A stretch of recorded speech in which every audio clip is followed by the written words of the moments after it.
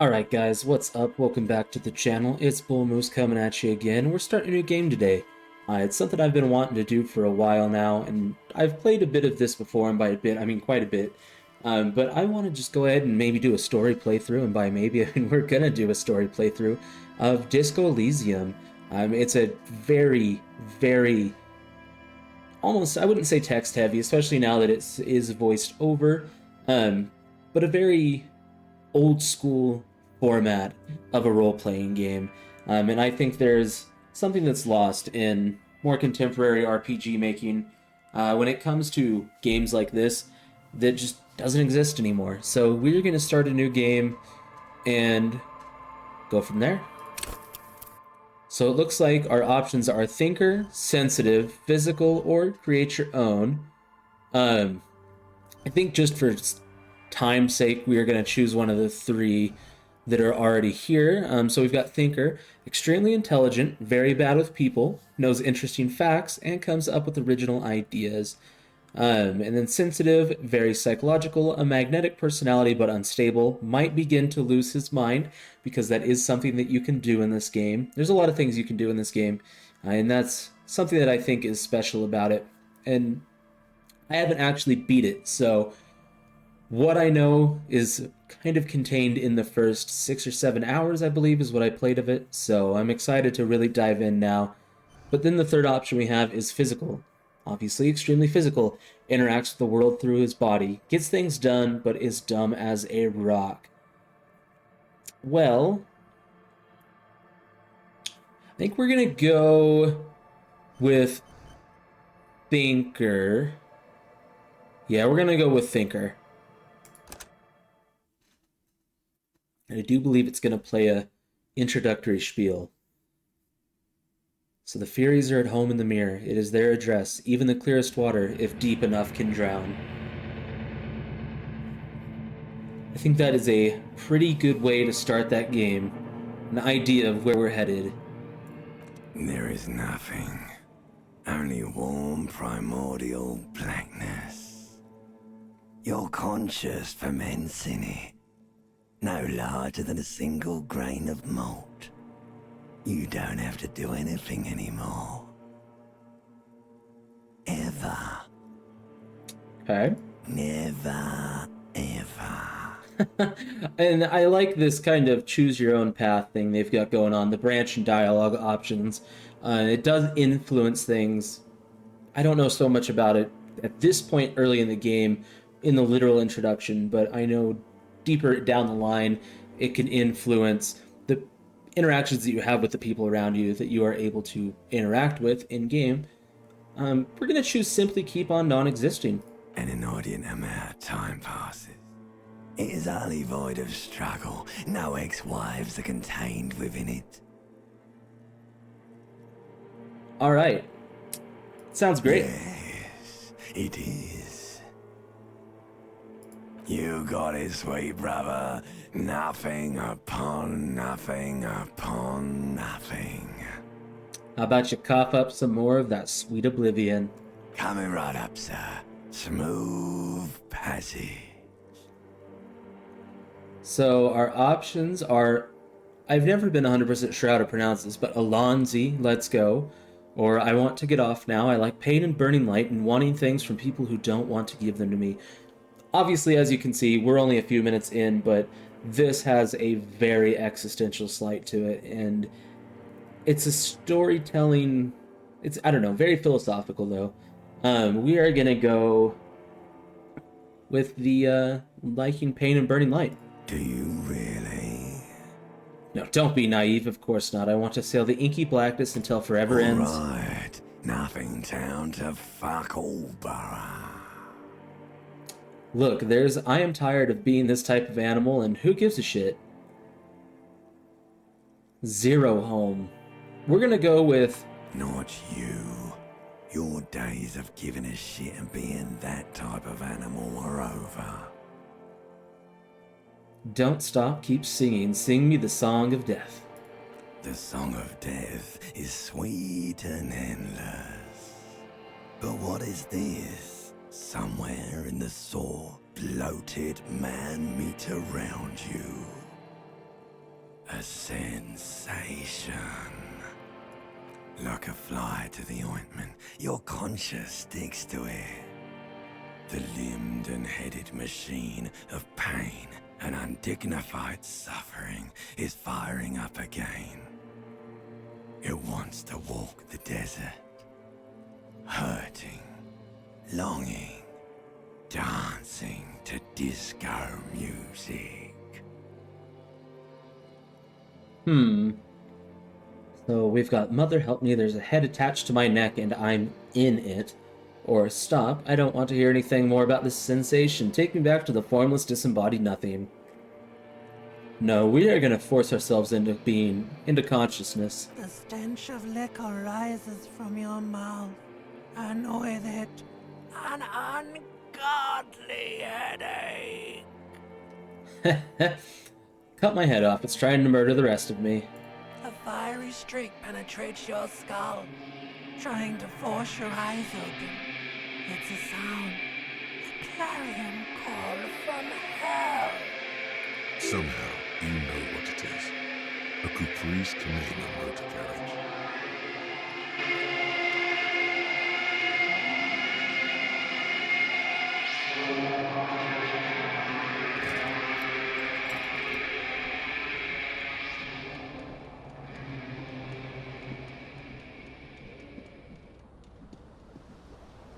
Should probably put some clothes on, first and foremost. So we've got that. What is our head thinking? You hear a jingle. Keys are clinking in the pocket of your flare-cut pants. It says, whirling in rags, on the aluminium keyring. There is a single key on the ring. The number 1 is etched on it. It should open the door. The Whirling in Rags is a hostel cafeteria on the urban coast, frequented by dock workers. All right.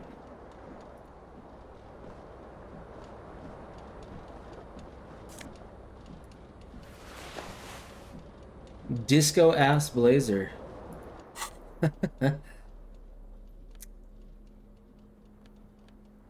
Okay. Go ahead and pop out of there.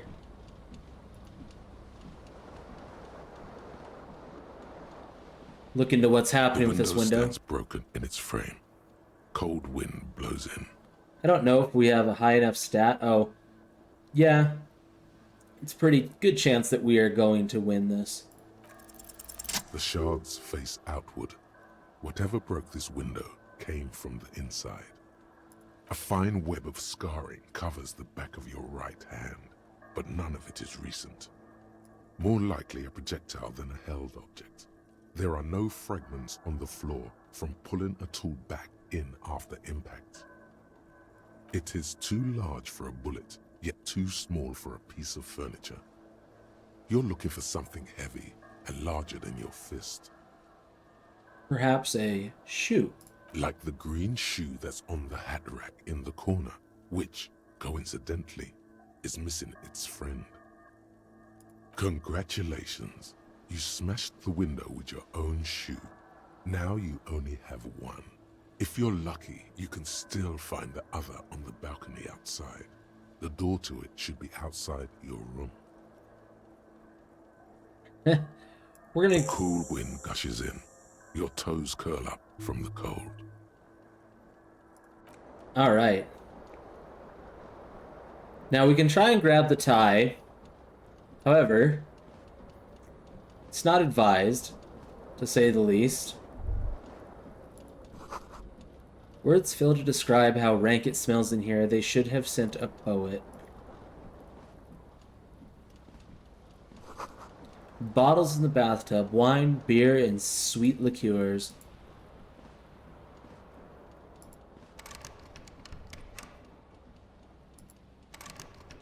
Don't have the key for that.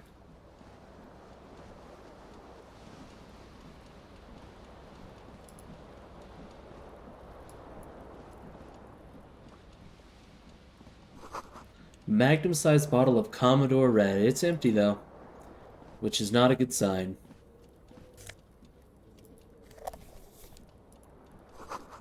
Reel tape player is still on, however it's empty.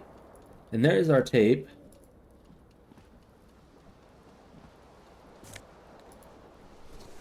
Now we have one of our shoes. Don't remember how to turn this off, but it's probably easier if we just don't try right now.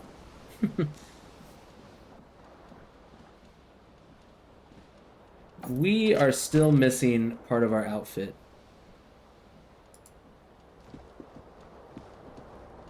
At least I think we are. Yeah, it sure looks like it.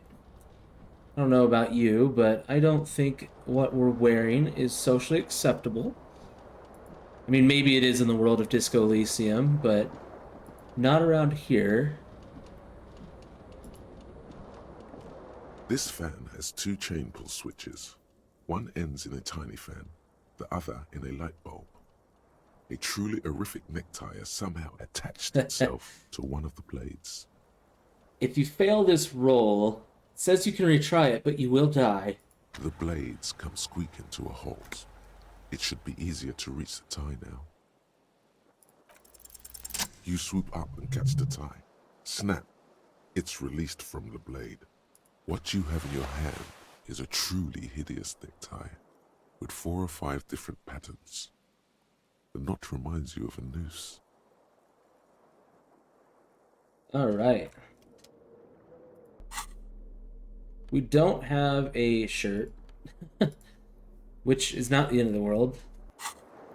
It's a hell of an outfit we've got on, though, I won't lie.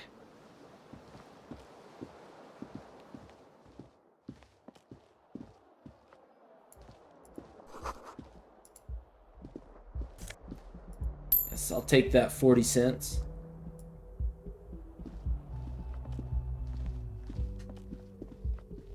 Hello, officer. March of 51. The young woman raises a cigarette to her lips. Her eyes are brown and her face is speckled with birthmarks. She can't be more than 28. No. The young woman shakes her head slowly. Chief No. Tactical You're Officer. a police officer, sir. I like that, just these, so many options, but come on, where else are you going to get an option like, you're shitting me? I'm not. Unless you've been shitting us all this time. You've been here for 3 days. On official police business, no less. Couldn't say. In truth, so far, mostly drinking. You have no doubt about the drinking. But do you strike yourself as a tight-lipped drunk? She must have heard something. I might not know where I am, or who I am, or what a Kupris Kanema, I think is how it was pronounced, is, how I know what one sounds like, or why don't I remember being a cop or anything else, or who in their right mind would let me be an officer of the law. We're not going to do this one because there's a very good chance we will fail it. Try the expression on her. Let her know you want her, physically. We're going to go with this one. She nods. But I do know when someone's not telling me the whole story, what am I doing here and what is my There's a case? mercenary out back. He's been hanged. The body has been there for a week now. The locals probably got tired of it and called the cops. I didn't mean to overwhelm you with information. You seem a bit lost, officer. Of course. Be careful, officer. They don't like the police around here. Avita sane. Something stirs in you as she's about to go. Call it an instinct, a need. The need to ask questions. It's like you said the words 1,000,000 times before. She looks back at you, a light glinting off her eyes. Yes? The dock workers are pretty cocky. They think they're police enough. At least here on the coast. I can't say about the rest of the city. Guess we'll just roll through these. Yeah, I already asked that one. You're in a hostel, sir. We are in Revachol. Revachol is the disgraced former capital of the world, divided into zones of control under foreign occupation. Half a century after a failed world revolution, she is central to our moment in time. We're gonna go with should that mean something to me? You sure look like you're from Revachol. Revachol parties. Her accent suggests she is not from around here. She's from Aranier, another part of the world. It's 51. The current century? Centuries don't have numbers, they have names. And this is the current one. Civilization has existed for 8,000 years, sir. Alright, tell me something else then. Yeah? There was the usual ruckus. Loud disco music. I couldn't say. It's impossible to hear people speaking from over here. So she nods towards room. Oh, so yeah, 3, 2, and then mine is 1. Oh, yes. Various artists. Ostentatious orchestration prime among them. Oh, that. Yeah. Whoa. The less said about OO, the better. OO were huge where I come from. I was very young then, of course. Like 7. Life gets hard, but we go on. Yeah, we're I gonna don't go with know the about positive. that. At around 2 o'clock, the disco stopped, and there was a change of pace. A slow, sad song started playing, like organ music on repeat. That went on for quite a while. Some of the time, you were yelling along to it. Yes, there Nice. was a church in there. A really small church. Like the smallest, saddest church in the whole world. It was about that. And also, that it doesn't matter anymore and that we're alone now. It was difficult to tell. The song itself was very quiet and soft, but you sounded like a winded boar, sir. It was hard Winded. to understand what you were singing on top of it. Don't be.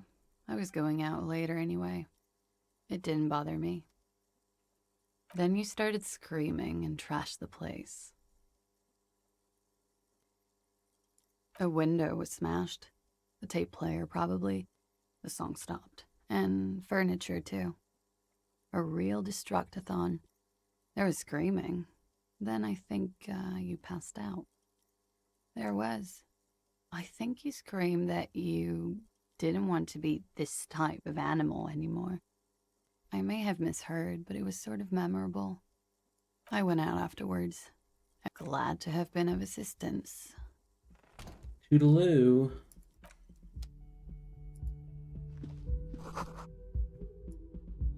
We won't steal her cigarettes.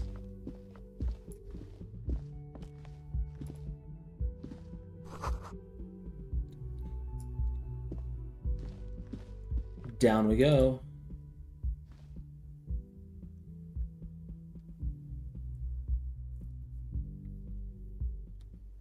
Nice loading screen.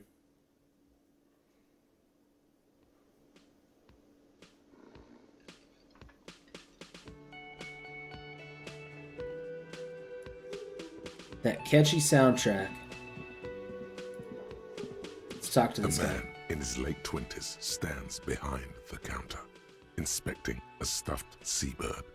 As you approach, he gives you a sideways glance, then looks down again. Everything is cool between you and this guy. He's a big fan. Make some small talk.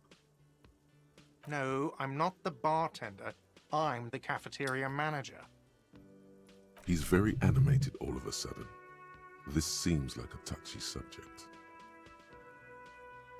Let's sow some discontent. I have 3 cafeterias to manage. 3. Sylvie tends the bar here, not me. I'm only standing in. she just, you know. His eyes dart from left to right. This man isn't lying, but he is hiding something. So now you're a cop. Oh, forget it. A competent work of taxidermy. The white and brown seabird lies among piles of coasters and drying mugs. One of its wings broken. The man is trying to mend it. Looks like the bird was ripped off the shield that was used to mount it, most likely on a wall. This is the Great Skua. The seabird is the symbol for the discovery of the Insulindian Isola, the part of the world you are in right now. The small steel tag says as much. The Great Skua. Stegosaurus Skua. Look, your buddy is over there. Why don't you go and talk to him, okay? He pretends not to hear you, concentrating on the bird instead. I don't like this guy too much, if I'm being honest.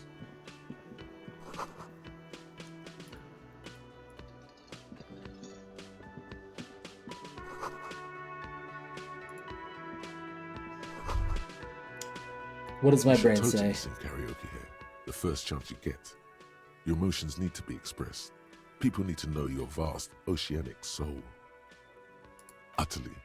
And it needs to be heard. Through a PA system. By other people. Ah, yes, ideas. Who is mistakenly identified as a cop for his prominent jawline? Yes, sounds likely. You should probably go on stage and pose for a moment when you're done with this thought. See if it works. Alright. Let's go see our friend, Kim Katsurugi. Oh, that's the dock worker. A man is sleeping at the table wearing mud-caked boots and rolled-down overalls. The back of his shirt reads, Wild Pines, encircled by a logo with a tree. A colorful piece of plastic is dangling from his carabiner. Makes your fingers itch.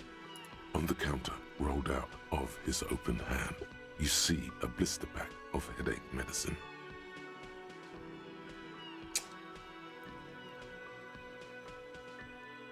The man does not mind. You probably need them more than he does. That's right. It's a dock worker's ID, doubling as a shift card and a job permit. A young, able-bodied man stares back at you from the photo. Santiago S. John. Yeah, we've got a pretty good chance. It's almost 3 out of 4. You fumble with the spring-loaded gate of the carabiner, but to no avail. The dangling items refuse to come loose. They just we jingle failed. in an ever louder manner. We failed that one indeed. Oh well. Like fucking sleigh bells. What are you doing? You're gonna get caught. Stop finger-fucking him, officer! I'm responsible for these oafs and their stuff. Even Sleepy there. Yeah, sure. I don't care. Just don't finger-bang his stuff, okay? It's quite the way to look at it. There's Kim. A bespectacled man in an orange bomber jacket is tapping his foot on the floor. Looks like he's waiting for someone. You. As you approach, he narrows his eyes and extends his hand in greeting. On the sleeve of his bomber jacket, as well as on its back, are the same enigmatic white rectangles as on your blazer. Hello, I'm Kim Kitsuragi, Lieutenant, Precinct 57. You must be from the 41st. You realize he's waiting for your name. Okay then. I didn't want to roll the dice. We could have. It looks like we had a little scheduling error on Sunday. Saturday too, actually. Have you had time to talk to the manager here? What he means is, he has been trying to meet up with you for 2 days, but you have been otherwise occupied. Yeah, we're gonna go with you mean that guy. Garta, I think is how you pronounce his name. If you don't mind, we should talk to him again. Ask him for a rundown of the area. Now that I'm here as well. I understand the scene is out back, right? It also wouldn't hurt to assure him the police are finally here. In full force, I mean. Have you mapped out the initial interviews? Okay, we'll have time for that after we take a look at the coroner's case. Have you removed the dead body from the tree? No. So, the body is still in the tree, And has been for a week, my friend. where it has been hanging for 7 days straight. We should go there as soon as we are done talking to the owner. After you, officer. If you're about to embark on an investigation, shouldn't you have a badge? You mean you don't have a badge? Losing your identification card is a serious matter. My vehicle has a shortwave. You can use it to report your badge missing.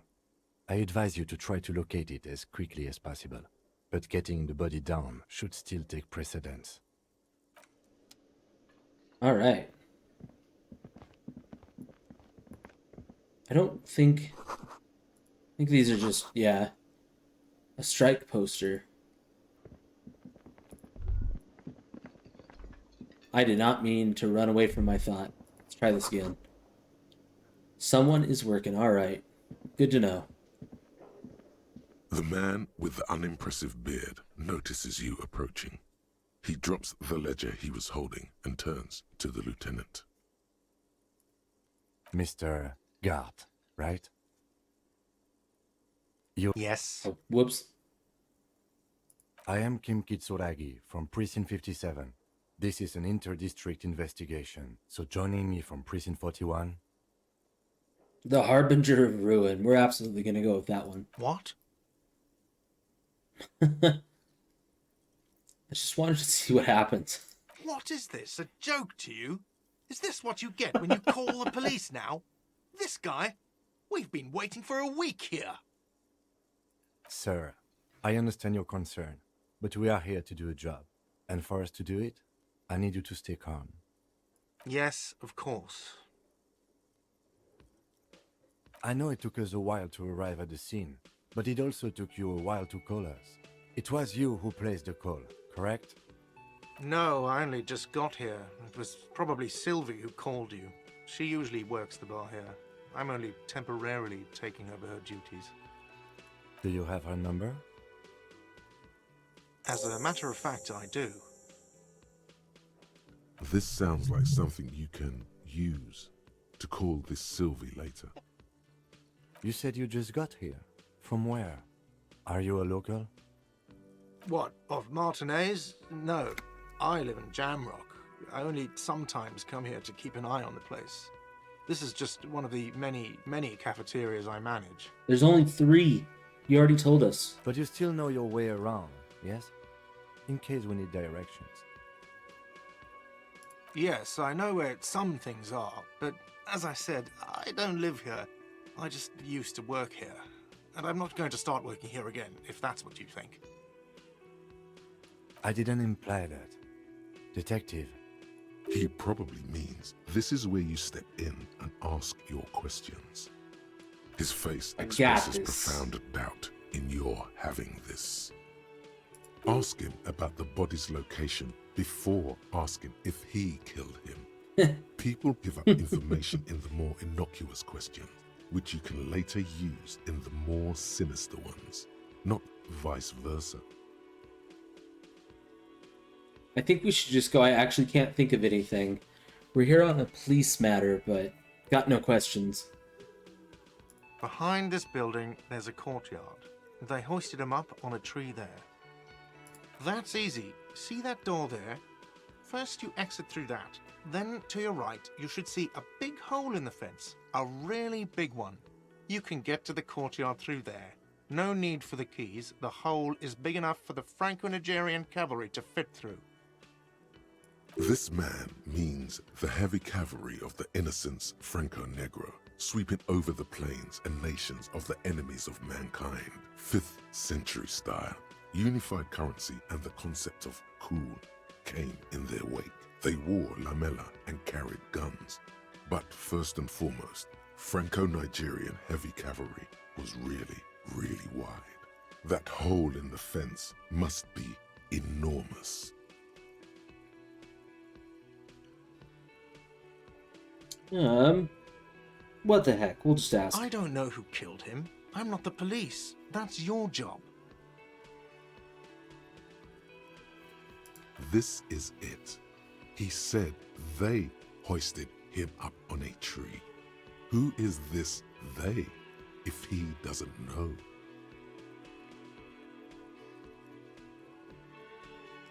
Let's just go all out. What are you, crazy? Of course I didn't kill him. All right. All right. The lieutenant turns the page in the little notebook he's been scribbling in. Haven't you asked me that already? What is it with you and this woman? She has nothing to do with this. I asked you where. We're getting down to semantics now, but that's okay. Okay, you got me. She went away because of the dead body out back. And because I asked for her number. That's why Sylvie went away. I hope you appreciate that. I don't. Thank you.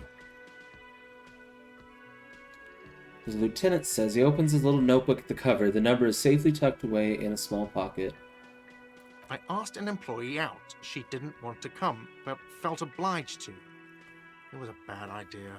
Now, what is so goddamn fascinating about that for you? It's got nothing to do with the lynching. There's ridiculous stuff like this.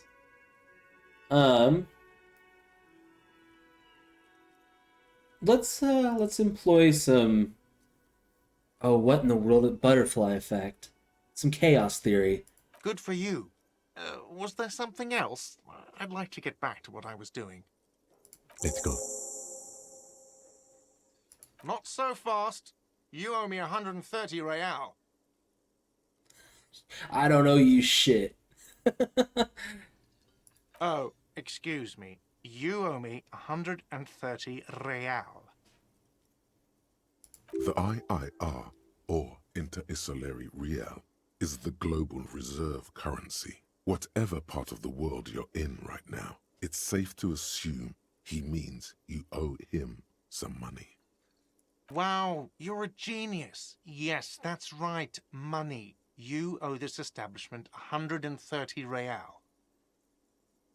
Obviously, we have to get into the metaphysics of what exactly money is. What are you, a philosopher?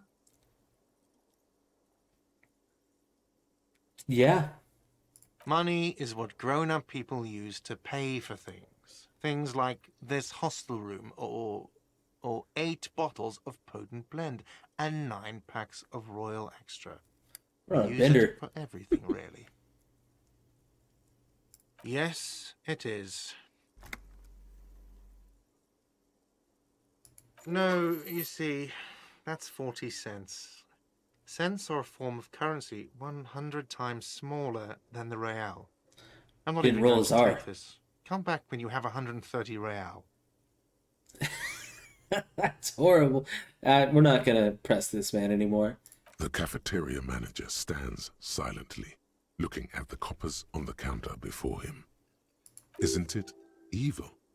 The order of magnitude between what is asked of a person and what they have. Darkness rides, baby. We're going with that. It does, doesn't it? There's a shuffle of nylon as Lieutenant Kitsuragi looks for something in the pockets of his orange bomber. I'm sorry, but he has to pay. I can't let him stay here any longer if he doesn't. If he doesn't have the money by tonight, then... You're under arrest, guard. Officer, maybe you're better off working this from home for now. You live in Jamrock, right? It's not that far away. I like this answer. Fuck this place. I'll take my chances on the street. No, don't. There's no need. You really need to take this up with your station. I have a shortwave radio in my car. Call them. Ask for assistance. We have to get this investigation started now. All right, let's get it going, Kim. Good luck. By the way, where is home? The address is coming up blank, and this place sure isn't it. But you've been at this hostel cafeteria for only 3 nights. Where were you before? You had to be somewhere. You don't really know, do you? A vague, blackened image doesn't sound like somewhere you can stay if you run out of money. This is a thought I'm pretty sure that you can have in this game. So I'll live in a dumpster. I don't care. Fuck everything. Hobo cop. Entertain the thought when you get the time. Maybe being a hobo and a cop has its advantages. The way that sentence is worded. Fuck everything. Hobo cop. Alright, so temporary research bonus, -1 to composure, ungainly and rambling, research time 4 hours and 20 minutes, because of course. So problem, a cop and a hobo. A hobo cop, upsides, can be disheveled, doesn't have to wash, carries himself with lurched gusto. Hobo cop doesn't need anyone or anything. No one can kick you out because you don't have a home. Never pay rent again. Never again here. You're drunk. Why did you even come here? Come here, Harry. Go home. You're embarrassing yourself. Downsides. Are there any? I mean, seriously, give me one. We're going to internalize it. Alright, so back out of that now. Alright. I've got one shoe on. Oh, that's right. You have to go out over here. How could I forget? I love the soundtrack in this game.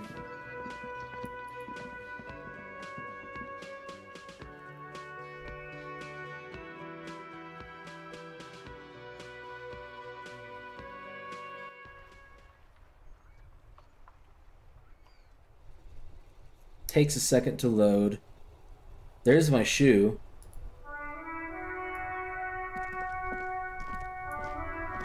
Anyway, I think that is where we are going to call it for today. I am going to go ahead and... yeah, we'll just pick this back up from the same place that we are right now.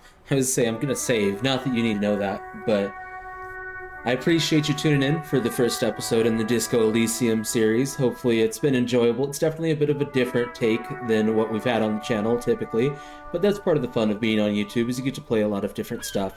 So yeah, drop a like, drop a sub if you're so inclined. I'd appreciate both of them greatly, and I will catch you all in the next one.